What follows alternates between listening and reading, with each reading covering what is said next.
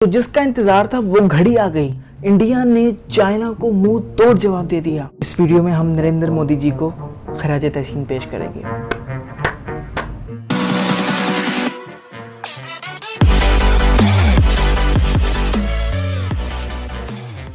जी हाँ दोस्तों, आप लोगों ने अभी तक सुन लिया होगा कि इंडिया के अंदर टिकटॉक बैन हो चुका है और टिकटॉक के साथ साथ 59 ऐप्स ऐसी चाइनीज़ ऐप स्पेशली बताई जा रही हैं जो इंडिया के अंदर बैन हो चुकी हैं। एक इंटेंशन नज़र आती है इंडिया की तरफ से, वो ये होती है कि एज़ यू नो कि चाइना और इंडिया की एक वॉर छिड़ी हुई है डिस्प्यूटेड लैंड्स के ऊपर। तो बदला लेना चाह रहा है इंडिया चाइना से, और इस बदले के अंदर वो कौन कौन से ऐसे हथियार इस्तेमाल कर सकता है जिससे वो चाइना को नुकसान पहुंचा सके।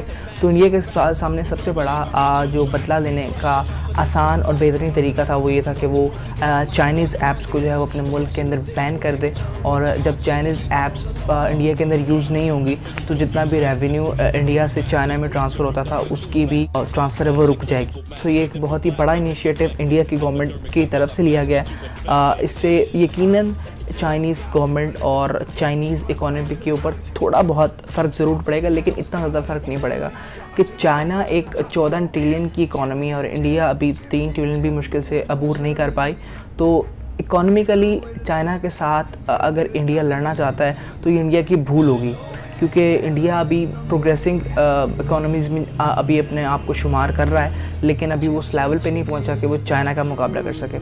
सो चाइना से मुकाबला करने के लिए इंडिया को मेरे ख़्याल में कोई और हल तलाश करना चाहिए, क्योंकि ये सिर्फ ऐप्स बैन करने से कोई इतना ज़्यादा फ़र्क नहीं पड़ेगा।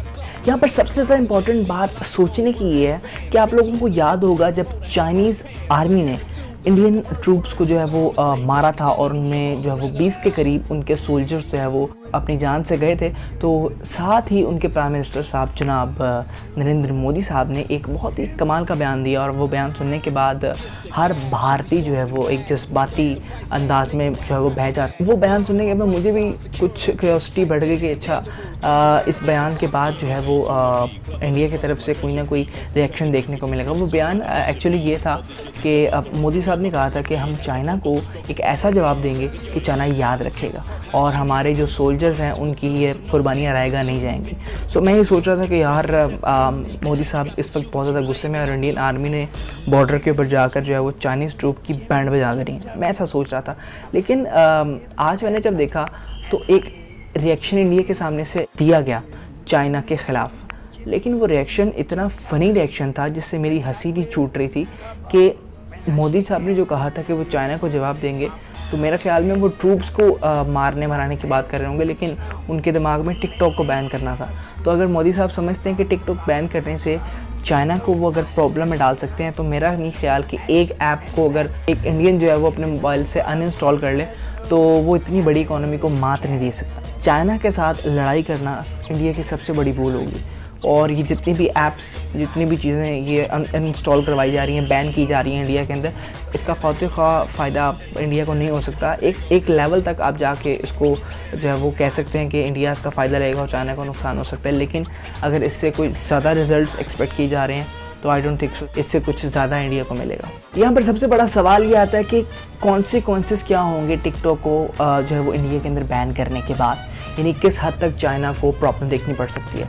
यहाँ पर कुछ स्टैट्स हमारे पास मौजूद हैं कि टिकटॉक के ऊपर, सिर्फ और सिर्फ टिकटॉक के ऊपर 800 मिलियन यूज़र मौजूद हैं, यानी 80 करोड़ के करीब यूज़र्स टिकटॉक के ऊपर मौजूद हैं जो टिकटॉक को यूज़ करते हैं, टिकटॉक को चलाते हैं। लेकिन उसके अंदर से सबसे बड़ी इंपॉर्टेंट चीज़ देखने वाली ये है कि 55 करोड़ यूज़र्स हैं वो इंडिया से वो बिलोंग करते हैं। इंडिया के जो यूज़र्स हैं वो टिकटॉक को यूज़ करते हैं, जिनकी जो तादाद है वो 55 करोड़ है। 55 करोड़ 80 में से 55 करोड़ जो है वो इंडियंस हैं। जैसे कि ये ऐप जो है वो इंडिया के अंदर बैन हो गई है, तो ऑटोमेटिकली एकदम ही टिकटॉक के ऊपर से 55 करोड़ यूज़र्स जो है वो ख़त्म हो जाएंगे, और 55 करोड़ यूज़र्स कम नहीं होते, और जब ये जैसे ये यूज़र्स कम हो जाएंगे तो आपको पता है कि ऐप के ऊपर एक खातिर एक नेगेटिव इफेक्ट पड़ सकता है उसके ऊपर। चाइना की आप पावर देख सकते हैं कि चाइना ने एक ऐसी ऐप डेवलप की और उसको पूरी दुनिया में फेमस कर दिया जो उनके मुल्क के अंदर भी नहीं चलती।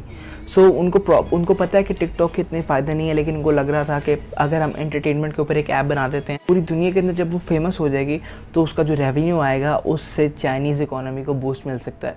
तो टिकटॉक ने अभी तक कितना जो रेवेन्यू कमा लिया है वो देखते हैं। तो टिकटॉक ने ग्लोबली अभी तक $450 मिलियन के करीब जो है वो पूरी दुनिया से रेवेन्यू इकट्ठा कर लिया है, और इसमें एडवर्टाइजमेंट्स तमाम के तमाम शामिल हैं उसकी वजह से। और दूसरी बात ये कि प्ले स्टोर के ऊपर इसके 2 बिलियन के करीब डाउनलोड्स भी होने वाले हैं, और ये बहुत ही फेमस ऐप है, सिर्फ और सिर्फ इंडिया में नहीं, इंडिया में तो बहुत ज़्यादा फेमस थी लेकिन पूरी दुनिया के अंदर इसको यूज़ किया जा रहा है। और उन 59 ऐप्स की लिस्ट आपको यहाँ पर नज़र आ रही होगी, और आप देख सकते हैं कि ये तमाम की तमाम 59 ऐप्स हैं जो इस वक्त इंडिया के अंदर बैन कर दी गई हैं। मैं यहाँ पर नरेंद्र मोदी जी को खराज तहसीन पेश करना चाहता हूँ, जिन्होंने अपने फॉलोअर्स भी कुर्बान कर दिए। वो कैसे कर दिए वही देखते हैं।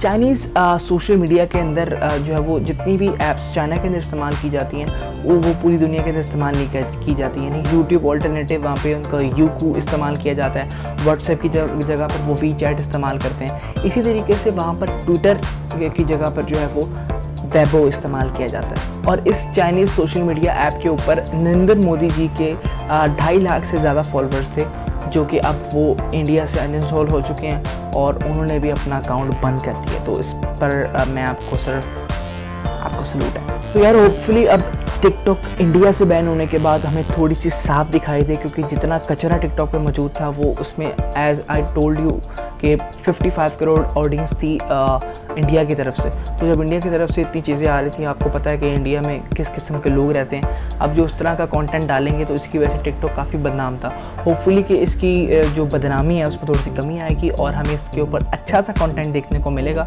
ऑल्दो कि पाकिस्तान के अंदर भी कुछ लोग ऐसे हैं जो टिकटॉक के ऊपर बहुत ही फजूल कंटेंट बनाते हैं, लेकिन उनकी तादाद इंतहाई कम है। आई होप सो कि ये टिकटॉक के फ़ायदे में आ जाएगी और चाइना भी इसके ऊपर कोई ऐसी हिकमत अमली लाएगा जिससे वो अपने आप को फ़ायदा दे सके।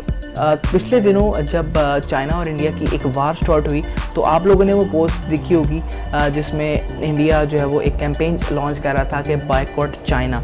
चाइना ने ऐसी स्कीम सोची कि क्यों ना हम इस तरह की टी शर्ट्स जो है वो मार्केट में दें जिसके ऊपर जो है वो प्रिंट हो के बायकॉट चाइना।